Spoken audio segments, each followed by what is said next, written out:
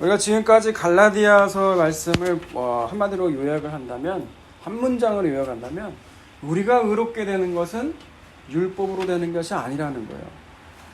예수 그리스도를 믿음으로, 그 믿음으로 말미암아 의롭게 된다는 거예요. 근데 여러분 처음 출발은 항상 그렇게 출발을 해요.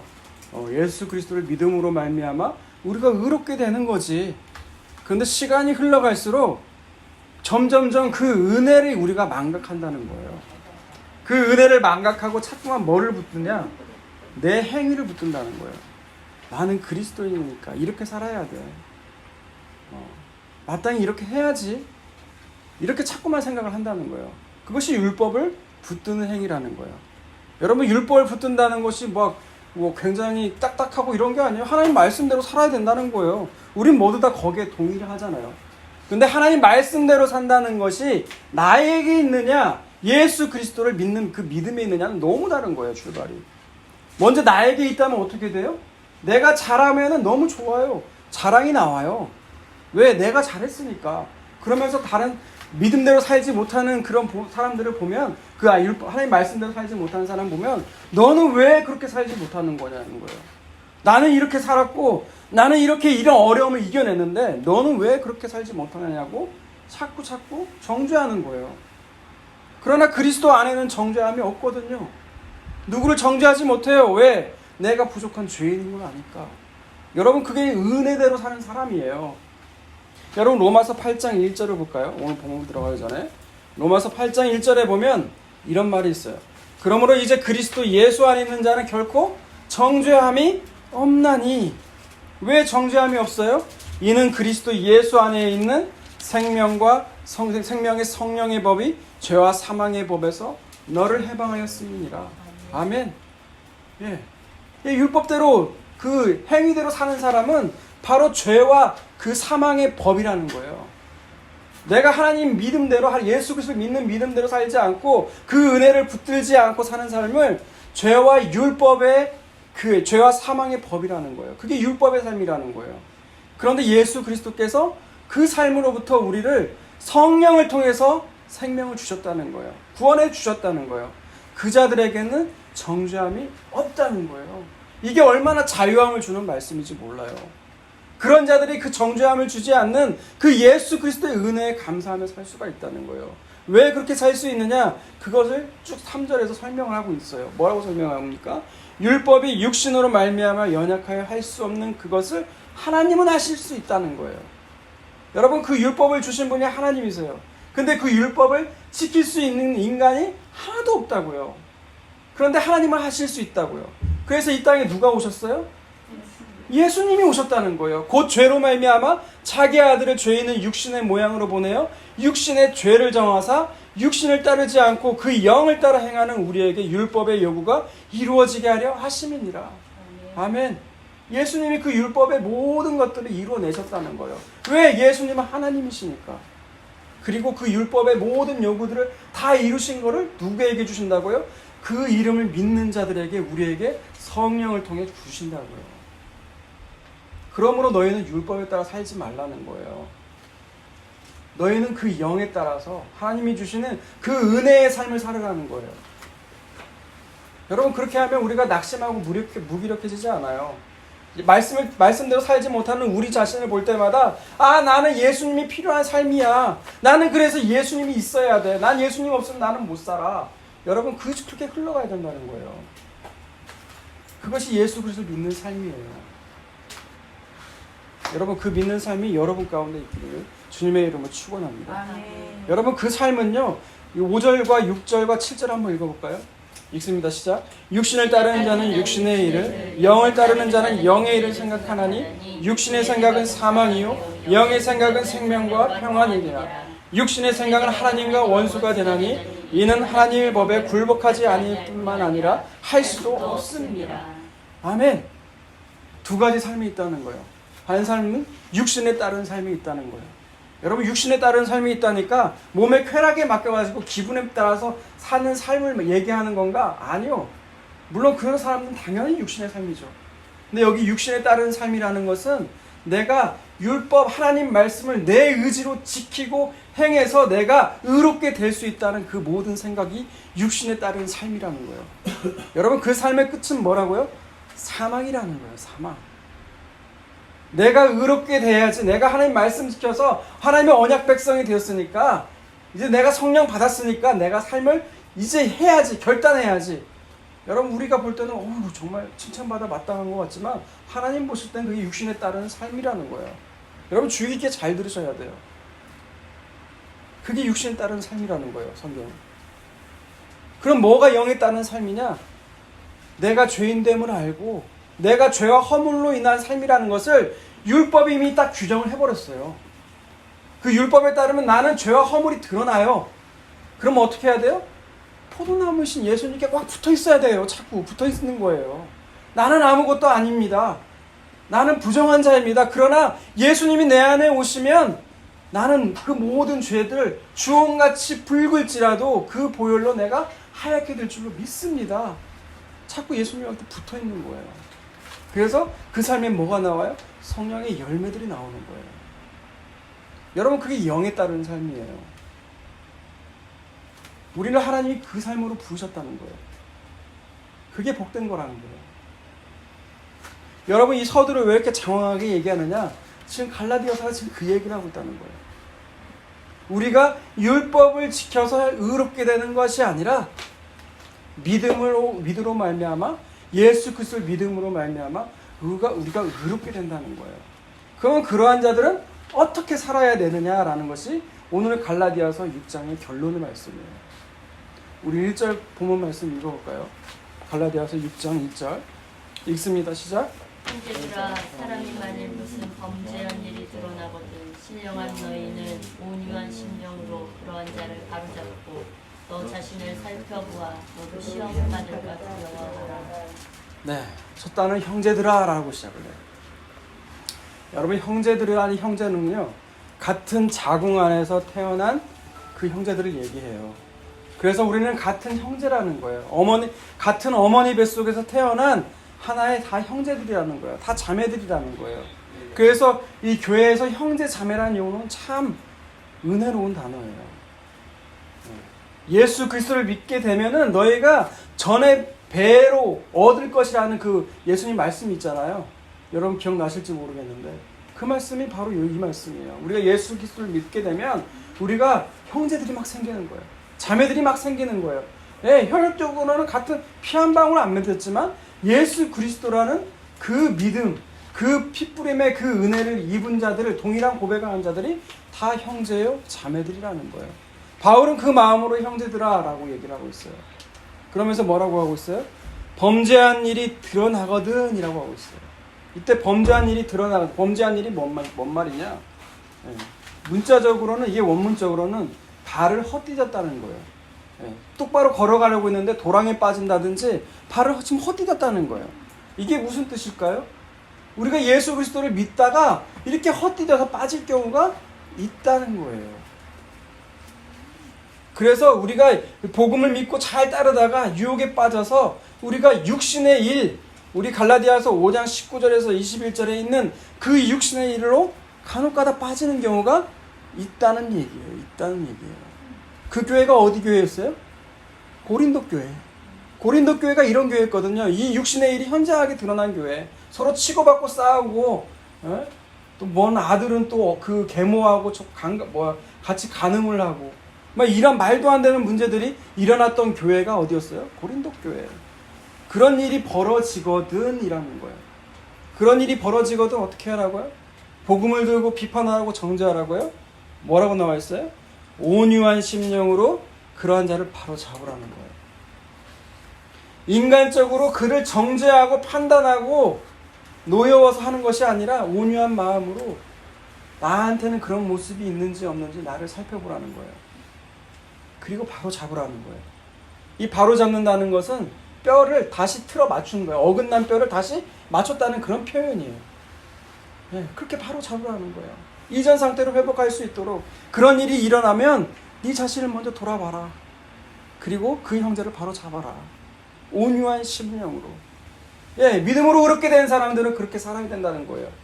그렇게 사는 삶을 나올 수밖에 없다는 거예요. 이런 말씀에 여러분 가책 안 받으세요? 전 가책 많이 받거든요. 예전 교회 있을 때 예전 목사님 마음에 안 드는 거 할 때마다 제 마음과는 얼마나 정결했는지 몰라요. 근데 하나님은 그러시더라고요. 네가 그렇게 의롭냐고. 계속 침묵하시다가 하나님 언제 새벽 기도 때 그 말씀 하시더라고요. 그렇게 말하는, 그렇게 기도하는 네가 그렇게 의롭냐? 할 말이 없어요. 할 말이. 우리는 모두 다 죄인이에요. 하나님 은혜가 없으면 우리는 의롭지 못해요. 그 예수 그리스도의 그 십자가에서 피 뿌림의 은혜가 없으면 우리는 다 죄, 지옥으로 갈 수밖에 없는 존재예요. 그래서 2절, 오늘 본문 말씀 2절, 그뿐만이 아니라 2절 읽어볼까요? 시작. 너희가 짐을 서로 지라 그리하면 그리스도의 법을 성취하라. 네. 그렇게 온유한 심령으로 너희 자신을 살펴보고 그 잘못을, 형제들의 잘못을 바로 잡으라는 거예요. 그리고 그러는 것처럼 그걸 뛰어넘어서 이제 그 형제의 그 아픔이나 그 짐들이 있거든 너희가 서로 나눠서 지라는 거예요. 그게 바로 그리스도의 법을 성취하라는 거예요. 여러분 예수님도 이 말씀을 똑같이 하셨죠? 그죠? 짐을 서로 지라는 게 바울의 표현이었다면 예수님은 뭐라고 말씀하셨어요? 요한복음 볼까요? 요한복음 13장. 요한복음 13장 34절과 35절을 읽어주세요. 요한복음 13장 34절과 35절을 읽어주세요. 시작. 새 계명을 너희에게 주노니 서로 사랑하라. 내가 너희를 사랑한 것 같이 너희도 서로 사랑하라. 너희가 서로 사랑하면 이로써 모든 사람이 너희가 내 제자인 줄을 알리라. 아멘. 네, 서로 사랑을 하는 거예요. 서로 내 몸과 같이, 이웃을 내 몸과 같이 사랑하라고 이미 구약에서 말씀하셨죠. 그 예수님은 서로 제자들에게 향해서 너희가 서로 사랑을 해야 된다는 거예요. 근데 여러분이 서로 사랑하라는 말씀을 자꾸만 그래 서로 사랑해야지. 나는 그리스도인이니까 이렇게 살아야 돼. 마땅히 이렇게 살아야지. 자꾸 내 의지로 하는 게 아니라는 거예요. 여러분 그렇게 하는 순간 그것이 그 사람에게 율법이 되는 거예요. 내 의지로 하는 게 아니에요. 서로 사랑하라는 것은요, 내가 부족한 죄인인 걸 나도 깨닫는 거예요. 나도 참 내가 말씀대로 살지 못하는데 내가 그 사람을 어떻게 정죄할 권한이 내가 뭐가 있느냐 하면서 그 안타까운 심정으로 그 형제를 바라보면서 나도 못 살아요. 하지만 주님이 그런 나를 사랑하셨잖아요. 그러니 우리 서로 사랑하는 것이 마땅하죠. 여러분 그 마음으로 가는 거하고 율법으로 가는 거하고 너무 다르다는 거예요. 그래서 예수님은 말씀하신 거예요. 그 율법의 완성은 사랑에 있다는 거예요. 사랑. 서로 사랑하는 데 있다는 거예요. 이것을 성령을 통해서 우리에게 보내셔서 우리로 하여금 지키게 하시는 거예요. 지금 여러분 갈라디아서 5장 14절을 보면 이런 말씀이 있어요. 갈라디아서 5장 14절을 보면 온 율법은 내 이웃 사랑하기를 내 자신과 같이 하라 하시는 말씀에서 이루어졌다라고 말했어요. 네, 율법의 모든 요구들은 내 이웃을 내 몸과 같이 사랑하라. 그 사랑이 있다는 거예요. 근데 여러분 이 사랑 여러분 하실 수 있습니까? 여러분 하실 수 있는지 몰라도 저는 사랑 못해요. 나한테 조금만 이렇게 서운하게 하면 미움 감정이 올라오더라고요. 여러분 부부간에 서로 사랑하세요? 사랑이라는 게 참 간사하더라고요. 인간의 사랑이라는 게. 참 만물이 심히 부패하기 쉬운 게 인간의 마음이라고 하잖아요. 그러니까 내가 좋을 때는 사랑하는 것 같아. 근데 내가 상태가 안 좋아. 밖에 무슨 일이 있었어. 그러면 그걸 대방에 누구한테 풀어요? 만만한 가족들한테 풀고 있더라고요. 그런데 그런 인간이 뭔 사랑을 해요? 여러분 이 나와 있는 갈라디아서 5장 14절의 그 사랑은 예수님만이 하실 수가 있다는 거예요. 예수님만이. 그래서 예수님이 이 사랑을 우리에게 부어주시려고 그 십자가에서 온갖 다 율법의 모든 저주를 발아내시고 부활 승천하셔서 하나님 우편에 앉아 계셔서 우리에게 성령을 부어주셔서 우리로 하여금 이 삶을 살아내도록 지금 인도하고 계신다는 거예요. 그런 삶을 살아내면 어떻게 돼요? 갈라디아서 5장 25장 26절을 읽어볼까요? 만일 우리가 성령으로 살면 또한 성령으로 행할지니 헛된 영광을 구하여 서로 노엽게 하거나 서로 투기하지 말지니라. 네.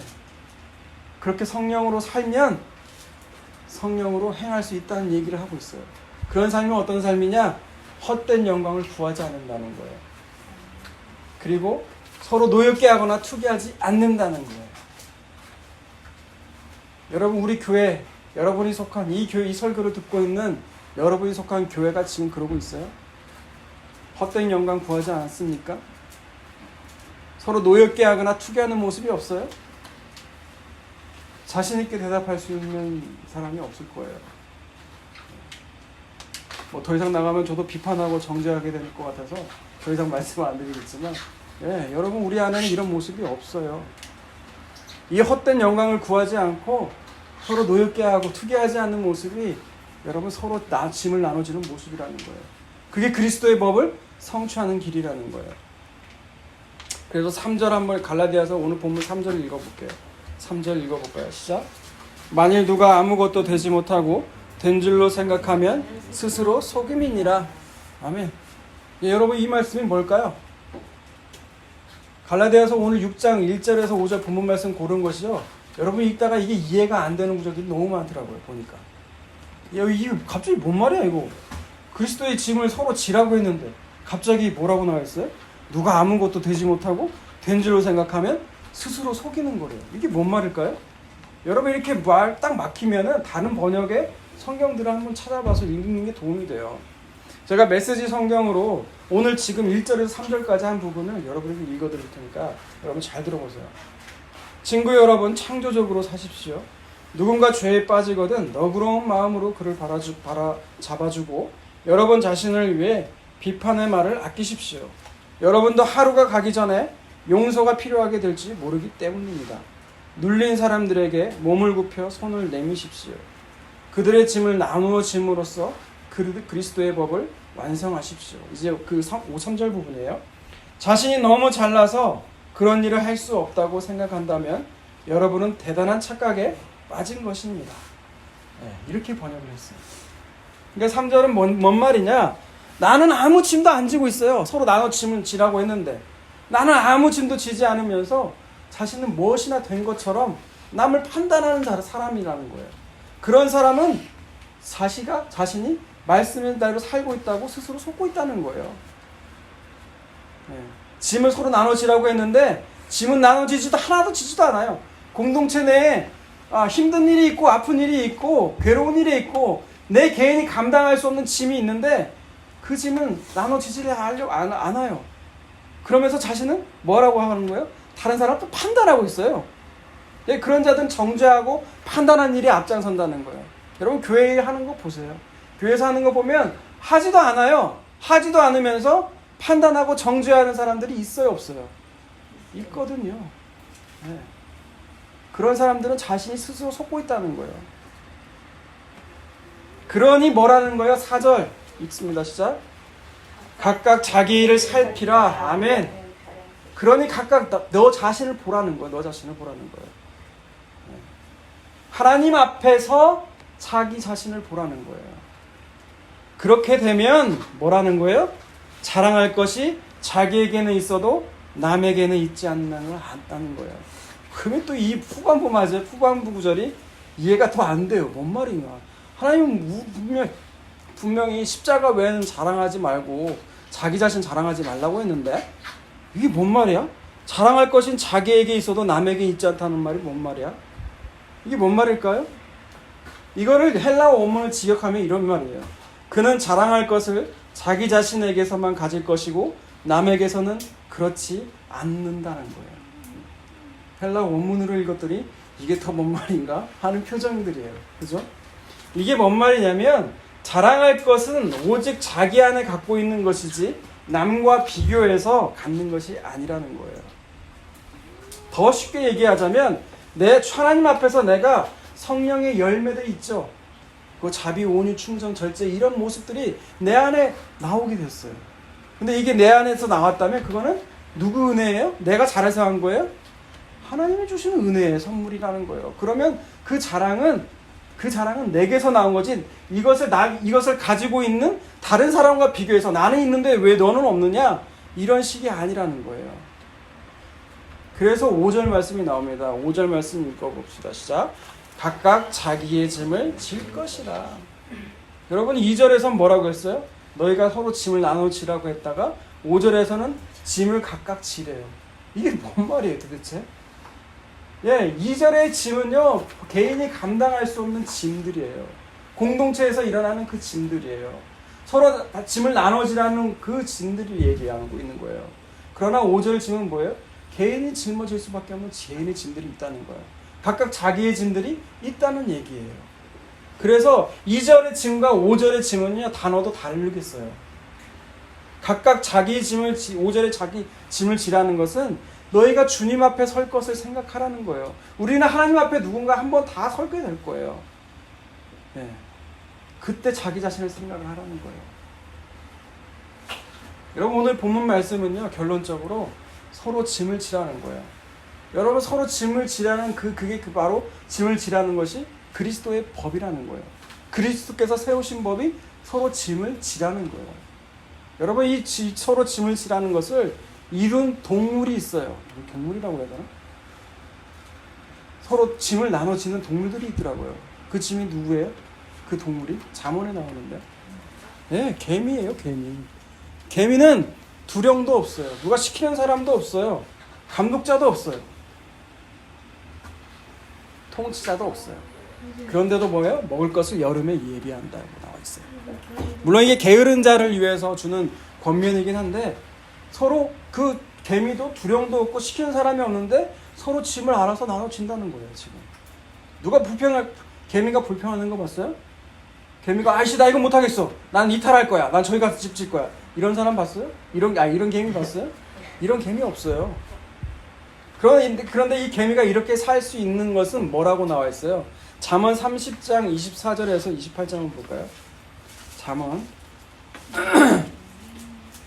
30장 24절에서 28절 한번 보세요. 잠언 30장 찾으신 분이 읽어주세요. 땅에 작고도 가장 지혜로운 것 넷이 있나니 오 힘이 없는 종류로되 먹을 것을 여름에 준비하는 개미와 약한 종류로되 집을 바위 사이에 짓는 사반과 임금이 없으되 다 때를 지어 나가는 메뚜기와 손에 잡힐 만하여도 왕궁에 있는 구마뱀입니다. 네, 그 지혜롭다는 거, 이 지혜를 누가 주시는 거예요? 그 지혜를 하나님이 주셨다는 거예요. 그래서 개미는 두령도 없고 감독자도 없고 통치자도 없는데 그렇게 짐을 서로 나누어 주면서 그렇게 서로 부담한다는 거예요. 근데 인간은 그렇게 하나요? 짐을 서로 나눠집니까? 나눠질 때가 있죠. 언제요? 그 짐을 나눠질 때는 자기 이익이 있을 때. 내게 이익이 되고 유익이 되면 서로 짐이라는 걸 나눠지죠. 근데 이 인간이요 똘똘 뭉쳐가지고 온 모든 인류가 하나 되어서 한 일들이 있어요. 그게 뭐예요? 예수 그리스도를 죽인 거예요. 예수 그리스도를 죽인 거. 아까 바벨탑 얘기도 똑같아요. 바벨탑이 뭐예요? 내가 하나님같이 돼서 내가 절대 안 망해. 하나님 다시 치면 나는 절대 안 죽어. 이게 바벨탑이거든요. 네, 인간은 다 이렇게 같다는 거예요. 그래서 이사야서 말씀을 보면 이사야서 1장 2절에서 4절 한번 말씀 볼까요? 이사야서 1장 2절에서 4절 보면 인간이 이런 상태에 있다는 거예요. 하늘이여 들으라 땅이여 귀를 기울이라 여호와께서 말씀하시기를 내가 자식을 양육하였거늘 그들이 나를 거역하였도다. 소는 그의 임자를 알고 나귀는 그 주인의 구유를 알건만은 이스라엘은 알지 못하고 나의 백성은 깨닫지 못하는도다 하셨도다. 예, 소도 나귀도 그 주인을 안 돼요. 임자를 안 돼요. 그게 뭔 말이에요? 인간이 짐승만도 못한 존재라는 거예요. 그 인간을 창조하신 하나님을 모른다는 거예요. 슬프도다 범죄한 나라여 허물진 백성이여 행악의 종자여 행위가 부패한 자식이로다. 그들이 여호와를 버리며 이스라엘의 거룩하신 일을 만홀히 여겨 멀리하고 물러갔도다. 여러분 이게 우리라는 거예요. 이게 우리의 모습이라는 거예요. 이런 자들을 하나님이 살리시기 위해서 그 아들 예수 그리스도를 보내셔서 십자가에서 그 모든 죄를 담당하게 하셨다는 거예요. 그리고 그를 다시 살리셔서 하늘 우편에 앉아 계셔서 성령을 보내셔서 우리에게 성령을 보내신다는 거예요. 그럼 성령이 임하게 되면 어떻게 돼요? 우리가 짐을 서로 나눠진다는 거예요. 여러분 이 짐을 서로 나눠지는 것이 역사 가운데 교회 역사 가운데 그런 모습을 보인 적이 있어요. 고린도후서 8장을 볼까요? 다 끝났어요. 고린도후서. 고린도후서 8장에 보면 한 사건이 일어나는데 그게 뭐냐? 예루살렘 교회에 연보를 하게 되는 예루살렘 교회 헌금해서 보내게 되는 교회가 등장해요. 8장 1절부터 봅시다. 형제들아, 하나님께서 마게도냐 교회들에게 주신 은혜를 우리가 너희에게 알리노니 환난의 많은 시련 가운데서 그들의 넘치는 기쁨과 극심한 가난이 그들의 풍성한 연보를 넘치도록 하게 하였느니라. 예, 마게도냐가 부자 교회가 아니었어요. 마게도냐 교회도 어려웠어요. 한 끼 먹으면 그 다음 한 끼를 걱정해야 되는 교회가 마게도냐 교회였다고요.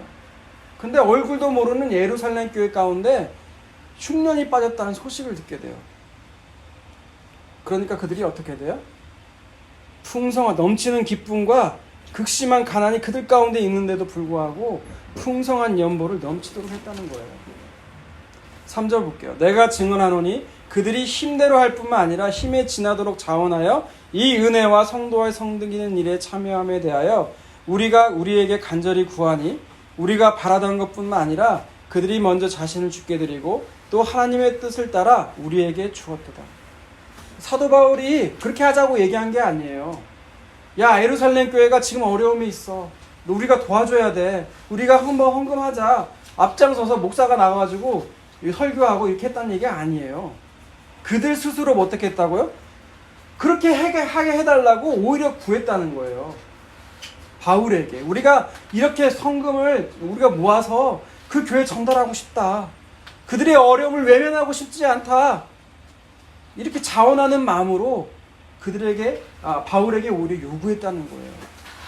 힘에 지나도록, 힘에 넘치도록, 자기 분수를 넘어서.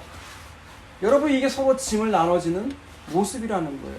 여러분, 이게 마게도냐 교회의 실력으로 된 거예요? 아니에요. 성령이 그들에게 임하셔서 그들에게 그 마음을 하나님께서 주신 거예요. 여러분, 주님께서는 우리에게 짐을 서로 나눠줘라, 서로 사랑하라고 말씀하셔요. 여러분, 그렇게 살 수 있는 삶은 성령이 임한 자들이에요. 성령이 임하게 되면 어떤 일이 벌어져요? 우리 죄와 허물을 알게 돼요. 우리 죄와 허물을 알게 되니까 우리의 다른 사람들 사랑 못할 사람이 없게 되는 거예요. 내 죄가 더 커 보여요. 나날이 가면 갈수록 다른 사람의 죄가 보이지 않아요. 내 죄가 더 커요. 이런 사람임에도 불구하고 하나님 나를 살리시고 나를 구원하셨구나. 그 은혜에 감격하며 산다고요.